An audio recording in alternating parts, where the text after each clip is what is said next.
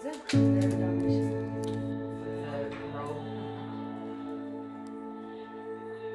he definitely would have.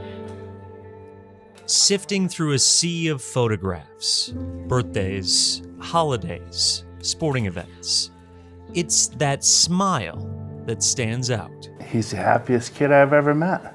I've never known a person more happy. He's always laughing. He's always having a good time. Ty Kronlage smiled and laughed a lot as a kid growing up in Epworth, Iowa, just west of Dubuque. I mean, he was just a tornado. We called him Tornado Ty, just because he could wreck a room in a heartbeat. Born August 20th, 2002 to Russell and Jodi Kronlage, Ty was the baby of the family.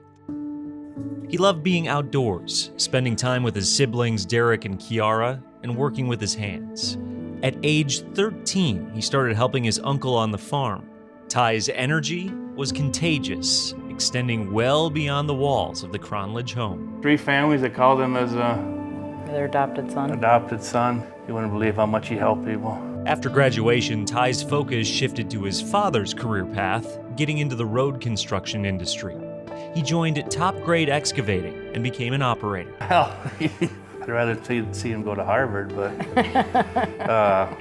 it was fine. I mean, he was moving up to the ranks pretty fast. But in the fall of 2023, that upward momentum, that contagious tornadic energy, vanished. There's a really nice sunset. I can remember that. Yeah. I remember thinking to myself, wow, it's going to be a nice day out here. That turned for the worst in a matter of minutes. Ty hadn't shown up for work, incredibly strange for him. Ty's foreman and roommates went looking for him. Jodi tried calling. No answer.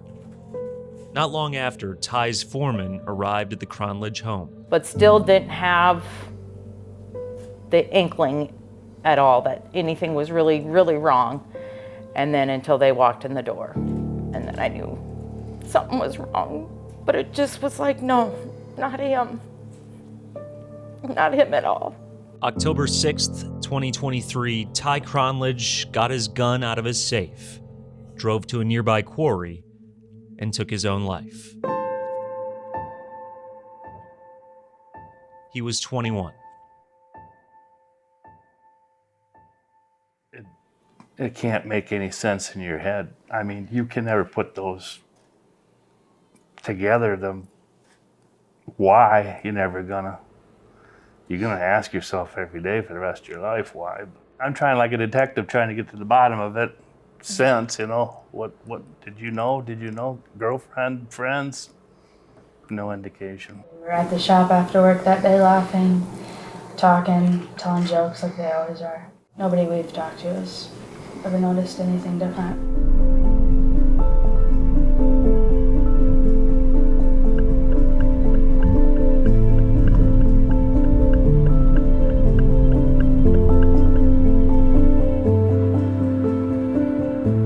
Not everyone who dies by suicide has depression. Sometimes suicide is a very impulsive action. Doctors Sarah Train and Carol Goulet are psychologists for the Mayo Clinic Health System. Combined, they have more than 25 years' experience treating mental illness. We're really bad, actually, at predicting who is going to be successful at committing suicide.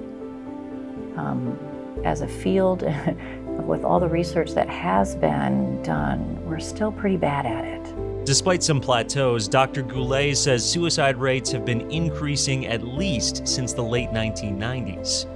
In 2022, the CDC reports nearly 50,000 Americans died by suicide. It was the third leading cause of death in Ty's age group, just behind homicide. It's probably more common than people realize. That's why the doctors say realizing when you or others are struggling is key. And opening that lock means opening your ears. It's really about listening. It's about letting somebody know that you care and that you're there for them to hear what they might be struggling with. Train and Goulet admit that can be a tough conversation. It's important to approach with compassion and ask open-ended questions. Goulet says warning signs, feeling like you have no purpose, like you're a burden, shifts in mood, acting recklessly, sleeping more or less than usual, all can point to a serious mental health issue, but it's not a one-size-fits-all approach. The individual might even be ambivalent about suicide, but actually feel relieved that they have the opportunity to talk about some of these difficult thoughts and feelings that they've been experiencing.